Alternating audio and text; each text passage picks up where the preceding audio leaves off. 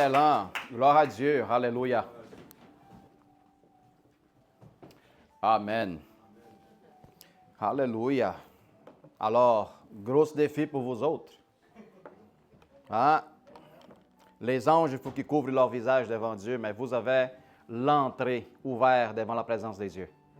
Amen. À travers de son Fils Jésus-Christ. Alors, qu'est-ce qu'il vous ferait avec ça? C'est une bonne question. Responsabilité. Amen. Alléluia. Alors, qu'est-ce que nous avons ici aujourd'hui? Qu'est-ce que le Seigneur nous donne? Est-ce que les messages qui étaient donnés dimanche passé, ça vous avait fait quelque chose à l'intérieur? Quand que nous avons parlé à propos que le Seigneur nous avait perfectionné. Tu ne peux pas voir quelque chose de moins que la perfection qu'il lui a préparée pour toi. Quelque image semblable à celle-là qu'il lui a donnée, elle est diabolique, charnelle et ne vient pas de Dieu. Puis je vous avais parlé dans une petite courte vidéo cette semaine, en Matthieu 5, 48, juste pour que vous voyez, deux autres versets connectés à Hébreux 10, 14. Si j'arrive capable de mettre, c'est Matthieu 5, 48, avant qu'on commence, puis Colossiens 1, 28. Soyez donc parfaits. C'est une recommandation du Christ. Soyez donc parfaits. N'est pas à moitié là. Parfait, comme votre Père Céleste est parfait. Jésus ne donnerait pas une recommandation comme ça si ça n'était pas possible en lui. C'est très important qu'on absorbe. La plupart des chrétiens se voient aujourd'hui comme des êtres misérables, indignes, incapables. Alors, de la manière comment tu te vois, c'est la manière comment tu vas opérer dans la terre. Misérable, indigne. Puis là, quand tu vas vouloir prier dans quelqu'un, faire quelque chose, m'excuse, ne produirait pas d'effet. Pour que de la manière comment tu te regardes, c'est de la manière comment tu regardes Dieu en retour. Est-ce que Dieu est misérable pour moi? Si je suis le reflet, l'image de qu'est-ce qu'il a créé de meilleur sur la terre, pourquoi je me regarde à même? Non, frères et sœurs. Colossiens 1, 28. Ensuite, après, on va commencer. On va prendre juste réchauffement un peu. C'est lui qui nous annonçons, exhortant tout l'homme et instruisant tout l'homme en toute sagesse. Instruction de la sagesse, pas de la terre, c'est là qui vient d'en haut. Afin de présenter à Dieu tout homme sont devenus parfaits en Jésus-Christ. Amen. Gardez cette verset dans votre cœur, puis ruminez-le, mange, ravale, fais comme la vache. La vache mange, il va se coucher le soir, ramène la bouffe dans la bouche, mange, ramène en dedans de son ventre. Ça va dire quoi? Qu'est-ce que ça va dire? Ça s'appelle méditer dans la parole. Méditer dans la parole. Pour qu'au moins on est capable d'être convaincu dans l'esprit de qu'est-ce que les Seigneur parle à propos de nous, c'est notre nouvelle réalité. Amen? Merci, Jerry. Gloire à Dieu. Bienvenue, Patrick, pour la première fois ici à l'église à faire une visite. Gloire à Dieu. Sois bienvenue. Et notre sœur Isabelle. Isabelle, bienvenue. Première fois le dimanche. Oui, super. Gloire à Dieu. Alléluia. Amen. Le Seigneur est bon. Je n'ai pas oublié personne, hein? Non. OK, gloire à Dieu. Alléluia. Alors, frères et sœurs, allons-y dans la parole de Dieu en Colossiens 1, du verset 21 à 23. Thank you, Jesus.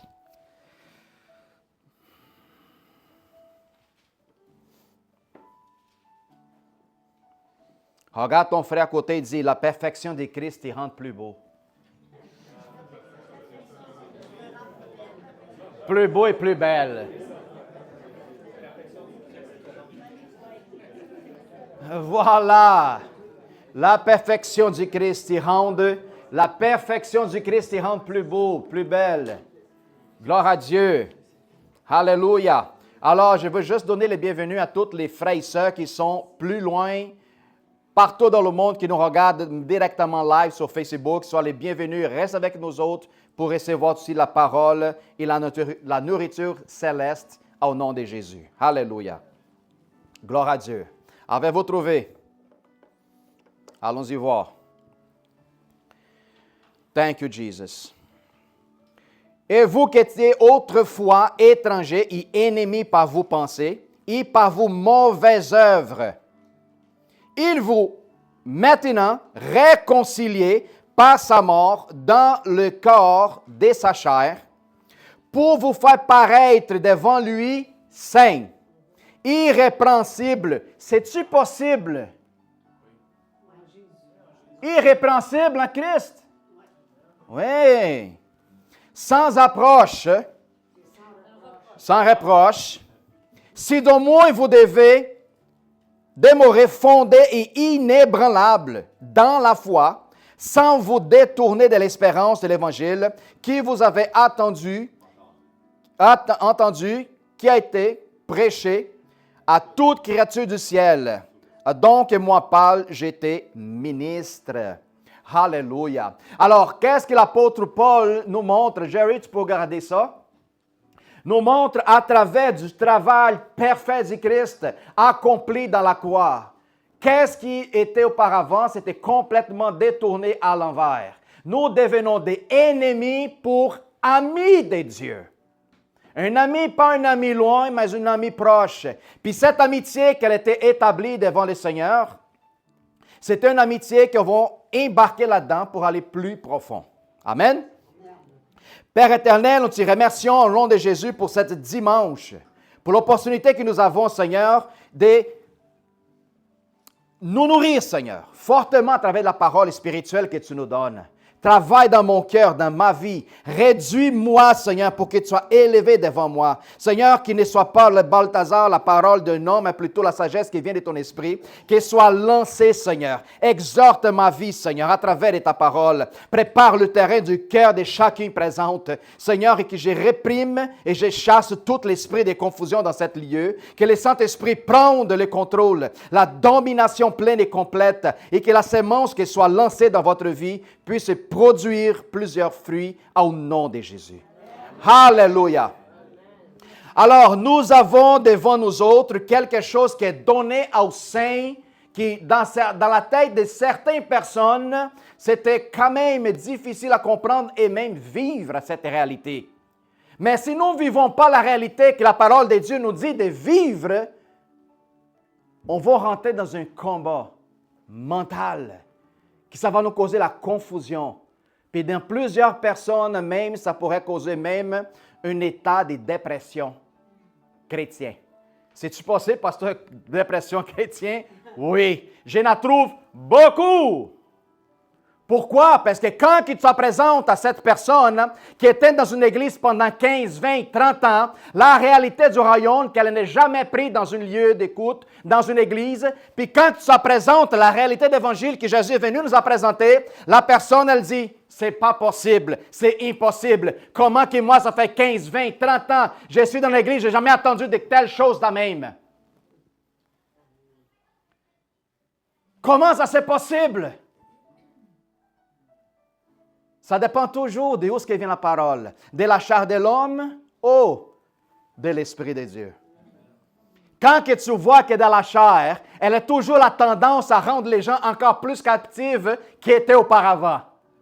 Quand il vient de l'Esprit de Dieu, va te rendre dans une dimension de liberté que tu vas flotter sur les nuages. Tu ne marcherais pas sur la terre, tu vas plutôt marcher sur l'eau tel que Jésus l'a fait. Parce que c'est ça l'état de liberté spirituelle que le Seigneur nous appelle à devenir. Marcher sur l'eau. Puis c'est comme ça que je devrais vivre, continuellement. Qu'est-ce que ça va dire, pasteur? Marcher sans l'eau, sur l'eau, ça va dire, indépendant de la circonstance et la situation qui t'entendent de vivre, tu mets ta confiance et ton repas en Jésus-Christ, qui c'est lui qui te tient en dessous. Jésus, il voyait les vents, Jésus, il voyait l'auteur des vagues, mais quand même, il a décidé de rejoindre les disciples en marchant sur l'eau. Ça va dire, Jésus n'a pas pris en considération tout ce qui se passait. Je vais rentrer dans la tempête, puis je vais marcher là-dessus. Peu importe à ce qui arrive. Puis ça, c'est la situation d'un chrétien qui est vivante. Un chrétien qui sait qui il est. Il connaît son identité. Il connaît que la parole de Dieu, elle est vraie, elle est réelle. Et c'est là que je dois croire plutôt que la circonstance que je vis. C'est comme ça la seule manière que tu vas être capable de rentrer dans la tempête, pouvoir marcher dans l'eau sans s'y inquiéter ou se préoccuper avec tout ce qui se passe. Ça, c'est quand que Jésus a rejoint les disciples dans le bateau. Puis quand c'est là qu'il lui arrive proche, il appelle Pierre pour sortir du bateau. Hein? On voit la différence de l'état de pensée de Pierre. Maître, si c'est toi, permets-moi que je te rencontre. Jésus arrête au milieu du chemin et dit, Come, Peter. Coming. Let's go. Les autres disciples disaient, Pierre, t'es sûr? Imagine-toi tes amis chrétiens. Quand Jésus te dit, avance, fonce, que je serai avec toi jusqu'à la fin. Tu reçois la parole de Dieu. Puis tes amis chrétiens qui sont là, beaucoup de religieux disent, ben non, t'es sûr que Dieu t'a parlé de ça, là? Fais attention, c'est mieux que tu ne rentres pas, là. C'est pas possible, ça, qu'est-ce que tu fais? Pourquoi? Dieu ne t'appelle pas dans la dimension naturelle parce que le naturel, tu peux le faire. Dieu va t'appeler dans une situation surnaturelle. Pourquoi, pasteur? Pour avoir sûr que tu es 100% dépendant de sa puissance. Quand c'est dans la zone naturelle de l'homme, on n'a pas besoin de Dieu. Tu peux le faire. Puis Dieu est tout à fait correct avec ça. Parce que si Dieu fait tout pour toi, tu vas devenir des chrétiens bébés lala, gâtés. Alors Dieu te permet que toi, dans les dimensions naturelles de l'homme, tu marches, tu avances, tu fais tes efforts. Mais quand on embarque dans le surnaturel, qui est impossible pour l'homme, mais la Bible dit qu'il pour Dieu toute chose est possible, c'est là qu'il embarque et que tu te laisses y aller dans ses bras. Puis contraire à Jésus, Pierre il a mis le pied dans l'eau, il a sorti du bateau puis commencé à marcher. Contraire à Jésus qui n'importait pas qu'est-ce qui arrivait alentour de lui. Jésus disait, je m'en fous, je suis aligné avec mon Père. Ce n'est pas la circonstance, mais c'est plutôt la confiance que j'ai en lui. Mais Pierre, contrairement du Christ, quand il a mis le pied et commençait à donner 3-4 pas, arrête, regarde le bateau en arrière, regarde le pied sur l'eau, puis regarde les vagues puis les vents, il dit, qu'est-ce que j'ai fait? Puis c'est là, quand il décide d'arrêter de regarder Christ, puis regarde en arrière, puis regarde la circonstance. La plupart des chrétiens, c'est comme ça. Pasteur, vous ne comprenez pas, je vis dans la bataille. Qu'est-ce qui se passe, mon frère? Oui, mais tu sais ma vie, là. Tu sais la circonstance, là. Tu sais la situation, là. J'ai dit, why you remove your eyes from Christ? Because if you put your eyes, si tu mets ton attention à Christ, circonstances, situations et situations de passé, ce n'est plus important. No excuse. Everything comes little in front of a big God. Tout devient petit devant un grand Dieu. Puis c'est ça la beauté de l'Évangile. Regarde qu'est-ce qu'il nous dit. Nous étions ennemis. Il n'y en avait pas d'accord. Nous étions tous condamnés. Pas de question. Peu importe qu'est-ce que tu faisais. Tu déjà été condamné à travers de toutes les mauvaises œuvres. Mais maintenant, à cause de sa mort, ça accomplit une réconciliation. Puis la réconciliation accomplie à la croix, parfois, ce n'est pas tout le monde qui arrive à pénétrer au niveau du cœur, au niveau de l'esprit, comme l'épée de la parole qui tranche et divise tout, complètement. C'est important. Nous faire pareil devant lui saint, irrépréhensible, sans reproche, inébranlable dans la foi, avec une expérience solide. Si vous jamais arrivez à parler de quelqu'un à propos de qu'est-ce que la parole parle à propos de vous autres, ils vont vouloir vous mettre un chandail de fou. Parce que la première chose que tous les chrétiens, à part de certains que je connais, pour donner une excuse par rapport à la situation des vies, dire, ouais, parce que, mais tu sais, nous sommes tous des pécheurs, on va pécher jusqu'à la fin, on va faire tout ça, on serait dans même. Tu sais, pasteur, mais moi, je ne suis pas parfait.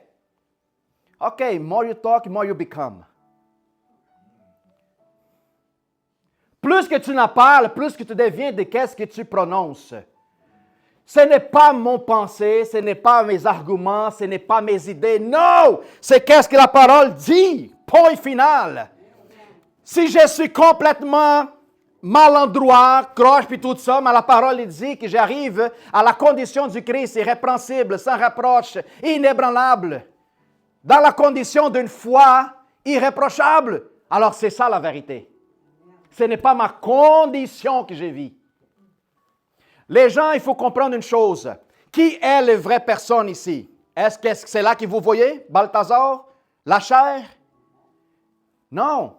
Qui que Dieu voit? L'homme intérieur. L'homme intérieur. Ça, c'est it's like a suit. C'est un vaisseau, une enveloppe, une vase. The real man is inside. C'est cet homme que je dois voir tel que Christ voit, perfectionné en lui. Ma sois parfaite comme Dieu est parfait en lui-même. L'homme intérieur est parfait. Pourquoi? Le parfait déjà réside en moi. Alors l'homme de la chair, qui a la convoitise, les désirs, va toujours continuer à trébucher. Mais je ne suis pas cette personne. Mais il faut que je donne le contrôle et la domination dans ce désir pour ne pas qu'elle vienne à la surface. Il prend de sa forme. Il faut que je la méprise. C'est ça la différence aujourd'hui que la plupart des chrétiens ne sont pas capables de comprendre. Puis quand on dit « je suis parfait en Christ », de certains qui n'ont pas saisi l'information, ils disent « ben, tu penses que t'es qui là? Tu es pas mal un peu arrogant quand tu dis ça là. » Alors tu dis que Jésus est arrogant? Parce que ce n'est pas mes mots. Je parle le mot qui nous décrit moi. Don't look any man on the flesh. C'est que la parole nous dit. Ne regarde aucun homme selon la chair. Parce que si tu observes l'homme selon la chair, tu vas observer tous ses défauts. Mais si tu regardes les hommes tels que Dieu nous recommande de dire par l'Esprit, puis par l'Esprit que je vois que Dieu a perfectionné l'homme en Christ, oh my goodness. Je vois tout le potentiel en toutes vous autres. Capable d'achever tout en Jésus. All the power inside. Alors si je suis capable de voir dans ce petit corps, semblant comme fragile, par l'Esprit, je suis capable de voir toute la puissance que Dieu est capable de faire à travers d'elle. Complètement. Je devais prendre cette personne différente d'un autre qui sort ici, entendre parler, de jaser, puis tout ça, blablabla. Bla, bla, bla. Non, pas du tout. Why? It's the same Spirit who's binding us. C'est le même esprit qui réside dans nous autres, qui nous ramène dans cet état et dans cette condition. On pense que nous sommes seuls, nous sommes abandonnés. On pense que nous sommes oubliés de Dieu. Nos pensées, nos façons de voir, elle n'est pas la même que Dieu, frères et sœurs. Arrêtez d'essayer de vous comparer dans cette situation. Le rêve de Dieu sont plus grands que vous autres. Le chemin de Dieu, elle est plus grand que vous autres. Le temps de Dieu, ce n'est pas votre temps. Dieu est à l'extérieur de toutes ces choses-là. Alors, nous, tels qu'êtres humains, essayons de comprendre le chemin, le projet, le plan de Dieu en totalité et plénitude. C'est de la folie. Nous ne serons jamais capables. Puis même si Dieu vient et essaie de t'expliquer, you're going to say, God doesn't make no sense. Ça ne fait pas de sens, Dieu. Puis le Seigneur va dire, je savais. C'est pour ça que je n'ai jamais été dit. Je savais que tu n'allais jamais comprendre. Parce que j'utilise les choses folles du monde pour confondre les sages. J'utilise les choses petites du monde pour confondre les grandes choses de cette terre. Amen. Dieu fait le contraire à les pensées de l'homme. Complètement contraire. Puis on pense que c'est de notre façon, de notre manière, de notre style. M'excuse. Dieu nous demande seulement une chose. Entre dans mon repas. Ah. Repos dans ma présence. Vive le sabbat. Live in me. Oui. La situation de ta famille, la situation de ton travail, la situation au niveau de ta santé, la situation au niveau social, peu importe la situation, il nous appelle, vive le sabbat. Rest in me. Rest in me. Why? You cannot understand my ways. Just rest. Et le fait de rester, de reposer en Dieu, c'est une des plus grandes preuves de foi. C'est une des plus grandes preuves de foi. Puis on voit dans l'histoire que je viens de vous dire que Jésus marchait dans l'eau, Pierre essaie d'aller, Pierre enlève les focus de Christ, qu'est-ce qui arrive? Il commence à couler. C'est ça le problème. Tu enlèves ta vision de Christ, tu vas commencer à couler. And then you say, what's wrong? Hein? Oh, it's the devil. Whoa! It's not the devil. You remove your eyes from Christ. T'es esquivé du chemin. Retourne-toi. C'est pas le démon. Ça passe même pas dans ma tête. Cette semaine, on parlait avec ma femme, puis tout que ma femme me voyait, elle disait, tu penses que c'est un esprit? Tu penses que c'est un esprit? Tu penses que c'est ça? Je dis, arrête. Arrête. Dans mon pensée, un esprit n'essaie même pas de rapprocher au fait de quoi que ce soit. Ça ne me passe même pas dans ma tête. Puis en plus, j'ai une stratégie que j'utilise souvent. Si jamais un esprit arrive, un démon arrive à faire de quoi en toi, puis que tu sais que c'est mauvais, what will be your first reaction? Hein? Father, I don't understand. I don't know. Je ne comprends pas la raison. Mais une chose, je le sais. Si je rentre dans l'épreuve, je rentre déjà avec la victoire. Parce que je ne suis pas seul, mais tu es avec moi. Seigneur, je te glorifie dans la bonne chose aussi comme dans la mauvaise. Que ton nom soit loué, glorifié, peu importe qu'est-ce qui arrive. The demons gonna hear that and say, what the heck? The demons, vas-tu voir en train de glorifier quand il lui a pensé qu'elle allait te mépriser ton feu? Quand il lui va se rapprocher, il va voir que ton feu grandisse. Qu'est-ce que le démon va le faire? Bye.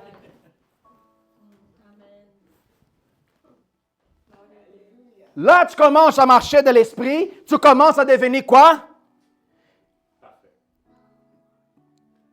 Inébranlable.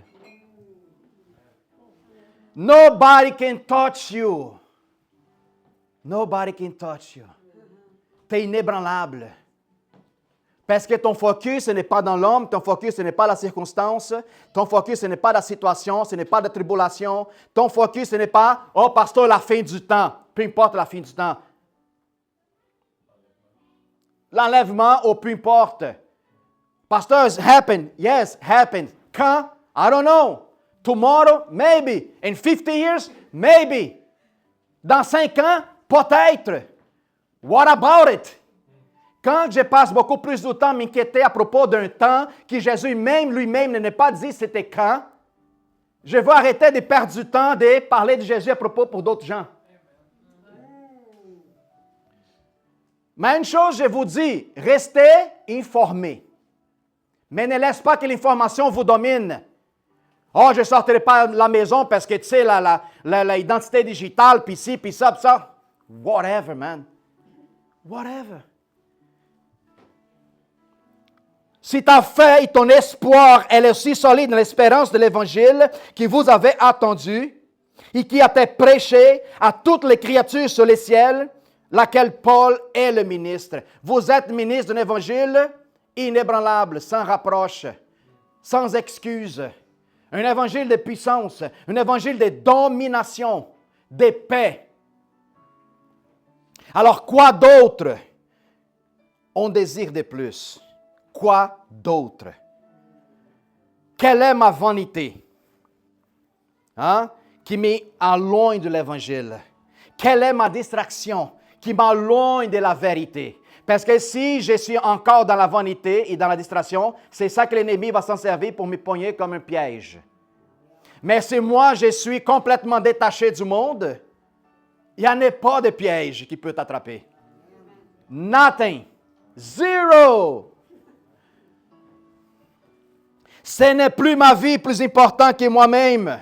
Parce que si moi, je vis dans le monde, je vis pour Christ. Et si je mors dans le monde, je mors pour lui. Alors, qu'il soit vivant ou qu'il soit mort, il y a un seul destin pour tous les chrétiens. Christ. And la fin de l'histoire.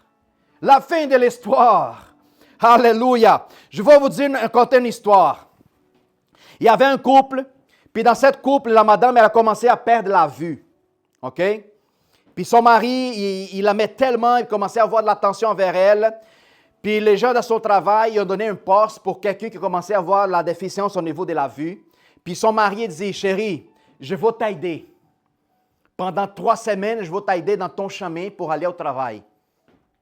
Je vais avec toi, je vais sortir de la maison, je vais te mettre dans l'autobus. Je vais dans l'autobus avec toi, on va débarquer dans la place, on va rentrer dans le building jusqu'à ton bureau. Puis pendant 3 semaines, son mari, il a laissé son travail pour donner du temps à sa femme, pour l'encourager, pour pas qu'elle ne vienne pas démotivée, puis tout ça. Puis elle a commencé à encourager. Puis elle voyait l'amour de son mari pour elle. Puis à un moment donné, à la fin des 3 semaines, elle dit, chérie, maintenant il faut que je retourne au travail. Il faut que tu continues maintenant tout seul. Elle dit, oui, mais moi, je suis capable. Je dis, oui, tu es capable, je crois en toi. Tu es ma femme, je te connais. Je sais qui tu es. J'étais avec toi pendant 3 semaines, on a marché ensemble. Je sais que tu es capable de faire. Puis elle s'est sentie un peu insécurité, puis tout ça. Elle s'est dit, OK, je veux essayer. Parfait. Le lendemain arrive. La madame se réveille, se prépare, puis tout ça. Il sort de la maison. Il va dans l'arrêt d'autobus, il rentre dans l'autobus. Il arrive dans son travail, puis il commence à travailler, sa journée est finie. Elle a fait le même chemin en retournant à la maison. À la fin d'une semaine, elle rentre dans l'autobus. Ça, c'est quelque chose qui m'impactait beaucoup la semaine passée. J'ai pleuré vers Dieu. Puis, après la fin d'une semaine, le chauffeur d'autobus, il parle, Madame, you're very lucky. Vous êtes très chanceuse. Elle dit, de quoi tu parles? Arrête, j'ai devenu aveugle. Je dis, non, madame, écoute. Depuis de la semaine que vous avez commencé à venir tout seul, j'ai vu un homme qui vous regarde de loin. Il vous observe. Depuis le moment qu'il vous rend dans ton bus, à tel moment qu'il vous arrive dans votre travail, vous descendez, puis cet homme vous accompagne. Puis la madame dit, avez-vous sûr? Je dis, oui. Dites-moi, comment que cet homme est habillé? Ben, lui est un vêtement de militaire. Hein? Oh mon Dieu, c'est mon mari. It's my husband. He has been watching me all this time. Il m'a observé, jamais m'abandonné. Il m'a observé pour voir si je me blesse, si je suis, je rentre dans une condition de peur, de situations difficiles. Lui m'a observé auprès de moi quand j'ai pensé que j'étais seul. Puis ça me touchait pour voir comment que Dieu s'occupe de nous autres. Même quand on pense que nous sommes faibles, quand nous sommes brisés, quand nous sommes dans une situation difficile, il nous observe de loin. Il nous encourage, go my child, go my child. I believe in you, you can do it. Nothing can stop you. Rien pourrait vous arrêter parce que vous n'êtes pas seul. Ce n'est pas qu'est-ce que vous sentez. Mais sachez que mes paroles seront toujours avec toi.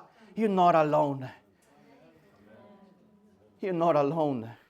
Puis parfois, à cause de la situation que nous sommes en train de vivre, nous avons l'audace et la courage de dire, Seigneur, pourquoi pas moi? Tu m'as oublié. Pourquoi avec les autres et pourquoi moi? What happens? Et Dieu te dit, je t'observe depuis que tu étais dans le ventre de ta maman. et tu ne te rends même pas compte. Je t'y connais. Quand tu as commencé à marcher, quand tu as commencé à parler tes premiers mots, quand tu étais le premier jour d'école, j'étais là. Quand tu as trouvé ta première blonde, je te voyais toujours timide, ne savais pas comment te porter avec elle, mais j'étais là avec toi. Quand tu as commencé ton premier travail, j'ai vu ta timidité au travail parce que tu ne savais pas comment te porter. J'ai vu toi dans ta première crise. J'étais là auprès de toi quand tu te fais envoyer puis tu pleurais dans ton coin, comme si ta vie avait fini. J'étais là avec toi. J'étais là avec toi quand tu étais marié, quand tu as eu ton premier bébé. Tu étais joyeux, puis moi j'étais joyeux avec toi. Puis aujourd'hui, tu viens près de moi et dis que j'étais oublié. How come? Comment c'est possible? On imaginait ou même pensait que Dieu nous a oubliés. En quelle situation, circonstance c'est possible?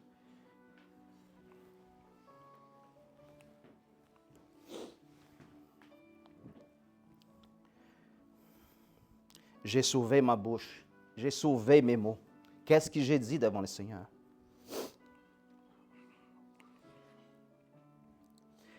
Tout dans notre vie est de la vanité. Est de la vanité. Pourquoi? Parce qu'on cherche, sinon on fait du plaisir à nous-mêmes, tout le temps. Tout, c'est dans la vanité. Tout, sans exception. Non, pasteur, je suis l'homme plus humble au monde. Vanité. Une fois, j'ai vu une histoire d'un pasteur qui racontait qu'il lui allait faire un événement dans son église une fin de semaine, puis il y avait un monsieur très simple à l'église qui aimait aider leur service. Il était toujours en train de passer le balai à l'église, nettoyer la toilette. Puis le pasteur arrive, approche de lui, de le monsieur. Il travaillait dans une ferme, ou peu importe, mais il n'avait pas beaucoup de moyens au niveau des finances. Puis le monsieur faisait le travail dans l'église avec une joie énorme, content, avec une souris que le pasteur ne voyait pas dans les visages des autres personnes. Puis le pasteur lui dit, « Hey, Samuel, cette fin de semaine, on va avoir un événement à l'église. Tu vas venir, hein? » Puis Samuel dit, « Pasteur, pardonne-moi. Mais je n'ai même pas de souliers. Je n'ai pas de sandales. » Puis Dieu a touché dans le cœur du pasteur. Il a regardé son ranichou qu'il avait acheté aux États-Unis. Et le Seigneur dit, donne ton ranichou à lui. Puis il dit, Samuel, si c'est juste le problème du soulier, je vais te donner mon ranichou. Il dit, pasteur, pas besoin. Comment, Samuel? J'ai vu que tu viens. Ne vous inquiétez pas, pasteur. C'est les souliers le problème? Non, pas du tout. Je veux juste vous montrer. Mais je veux que vous sachiez une chose, pasteur. Je n'ai pas de souliers.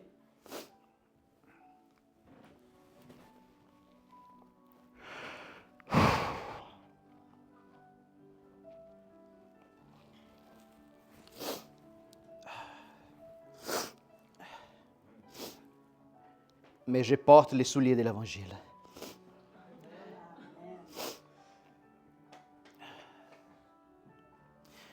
Je n'ai jamais mangé une pizza parce que je n'ai pas l'argent pour acheter la pizza.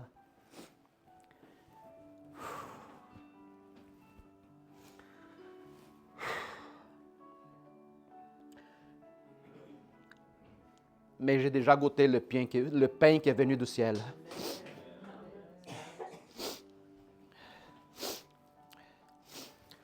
Pour rentrer chez nous, il n'y en a pas d'asphalte. La rue, elle est remplie de trous. C'est pas grave.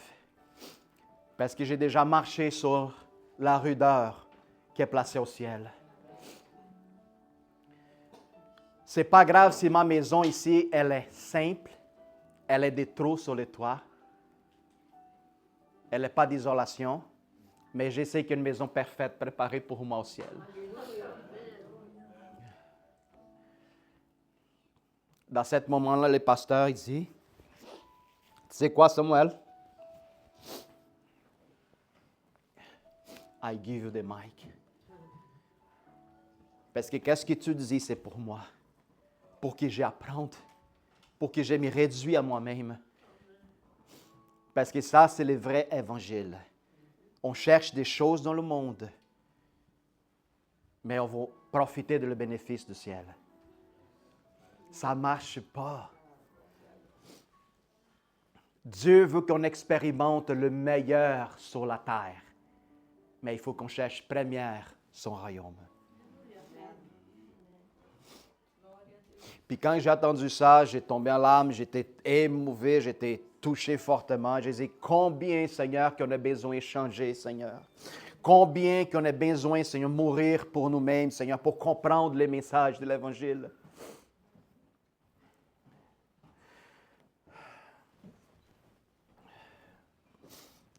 J'ai besoin de Kleenex. Il faut qu'on apprenne. Il faut qu'on vive la réalité. Merci. Merci. J'aimerais ça lire avec vous autres Éphésiens 2, 13 à 18. Puis parfois, on ouvre la bouche pour décider plein des choses. Ce n'est pas nécessaire. On s'y plaint tellement des choses. Quand le plus important, on n'observe pas. Maintenant, Jésus-Christ, vous qui étiez jadis éloignés, vous êtes rapprochés par le sang du Christ. Jusqu'au 18. Car il est notre paix. Lui qui, des deux, il n'a fait qu'un. Et qui a reversé le mur des séparations, des divisions qui étaient entre nous et lui, à la intimité. Ayant anéanti par sa chair la loi des ordonnances dans ses prescriptions, afin de créer en lui-même, avec les deux, un seul homme nouveau, en établissant la paix, et de réconcilier un avec l'autre, un seul corps, un seul corps. On est devenu un seul corps avec Dieu par la croix en détruisant l'inimitié par elle. Il est venu annoncer la paix à vous qui étiez loin et la paix à ceux qui étaient près, aux Juifs. Car par lui nous avons les uns les autres accès. Souvenez-vous l'accès? Que les anges couvrent leur visage. Nous avons accès devant le Père. Le voile était enlevé. Nous pouvons rapprocher du Père avec toute confiance auprès du Père dans un même esprit. Alléluia. Alors, le Seigneur décide d'accomplir quelque chose qui était impossible pour tous ceux qui usent une logique humaine. Quoi? Devenir un seul avec Dieu lui-même. Incorporer nos créateurs, vivre la réalité du royaume. Et que cette réalité intérieure, elle pourrait impacter à tous qui nous connaissent. C'est pour ça l'importance de faire la différence sur ce que nous sommes, indépendant de la circonstance de ma vie présente ou de ce que j'ai vécu dans le passé. Indépendante. Peu importe qui les gens vous connaissent aujourd'hui, pas pour qu'est-ce que vous étiez ou de la façon comment vous vivez, mais que les gens soient capables de voir vous autres Jésus-Christ, l'homme vivant.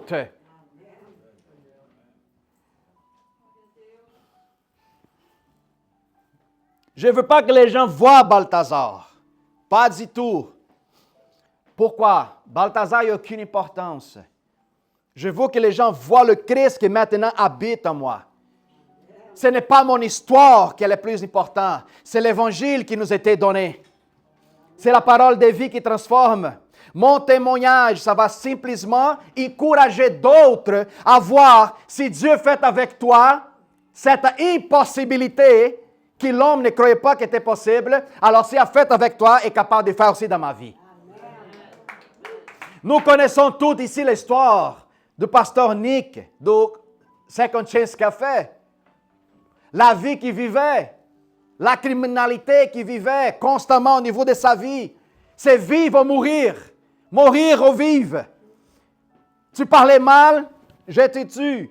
Tu fais quelque chose, je rends ta vie de misérable.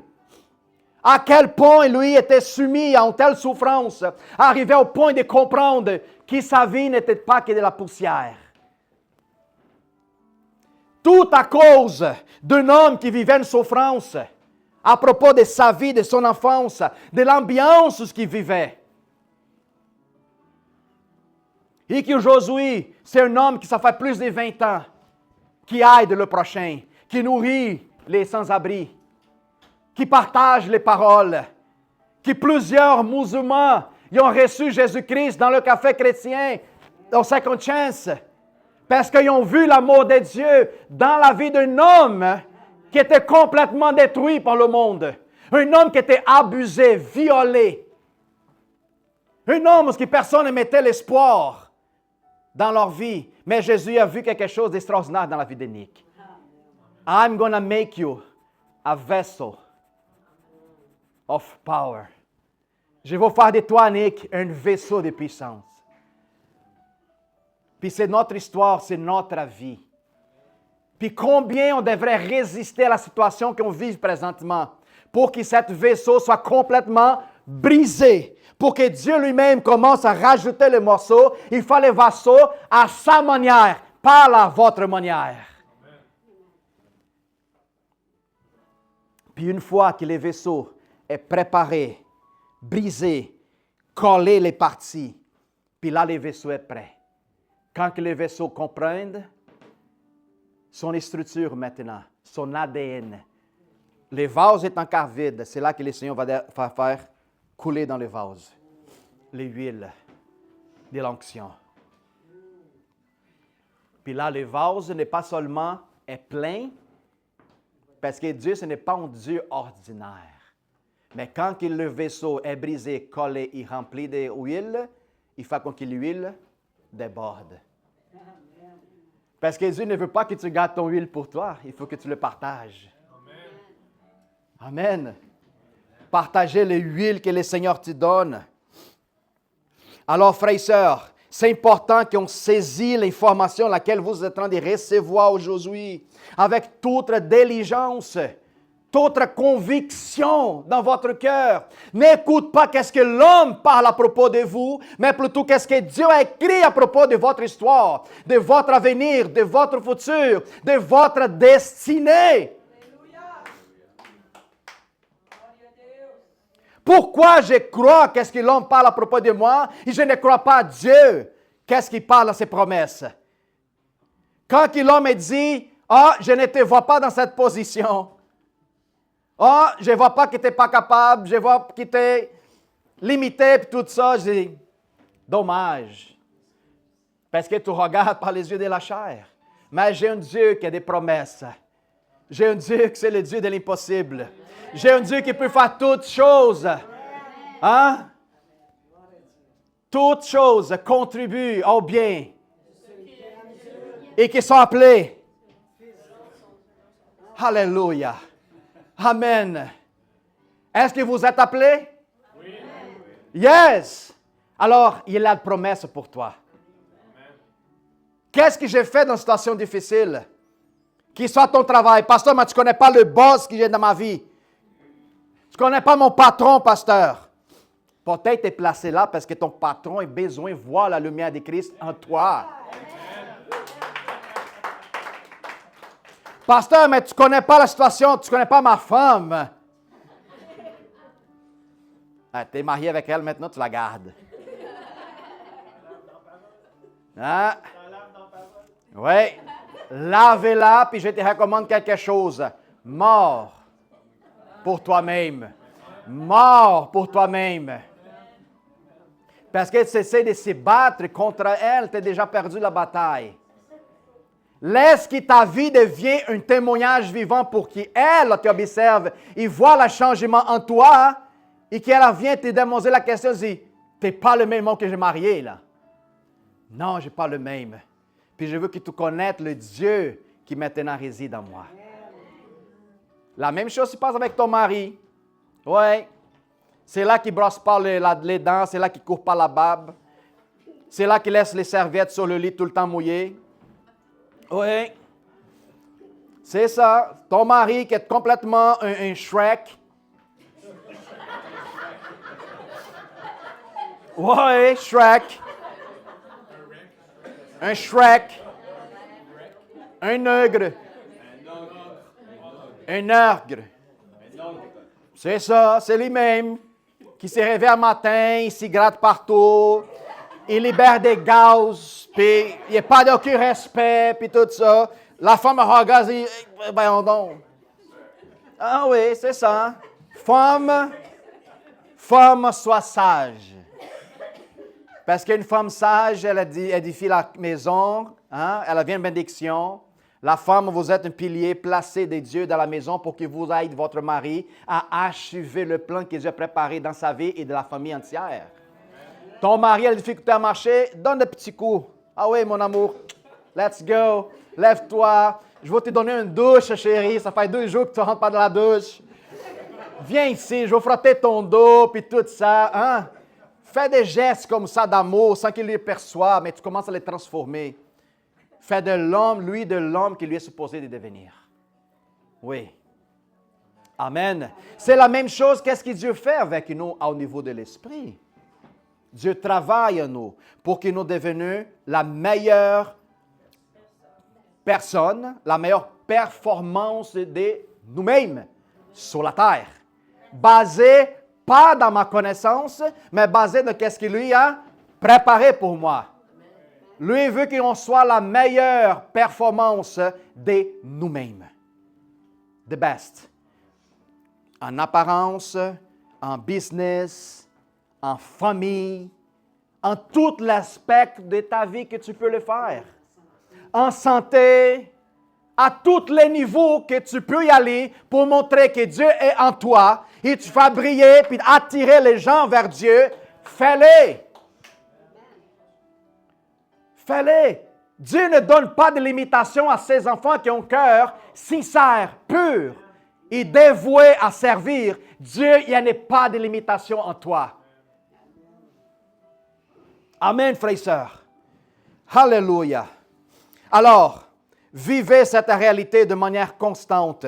Je veux vous voyez demain, vous, en train de se réveiller, en se mettant des genoux, en train de glorifier Dieu, peu importe.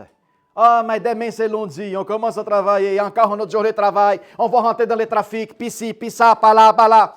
Wow! Puis on se pose la question, est-ce que tu étais à l'église dimanche? Hein? Si on commence notre journée de lundi déjà en train de se plaindre un matin après sortir d'ici, wow, alors, ça fait quoi venir? Hein? On se pose la question. Nous sommes dans une thérapie, là. Hein? Une thérapie spirituelle pour manifester le royaume sur la terre. Alors, toute la thérapie que tu ne mets pas en application, tu vas continuer dans le même niveau.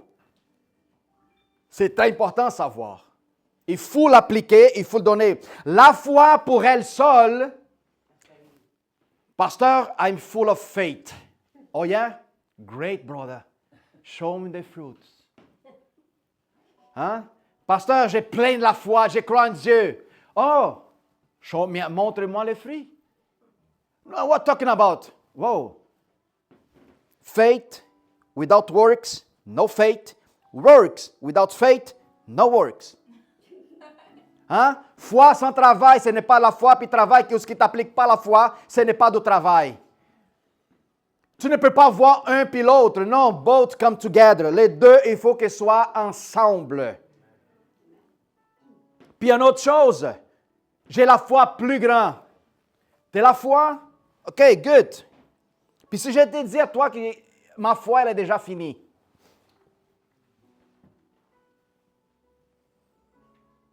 Il faut qu'on comprenne bien c'est quoi le mot faith.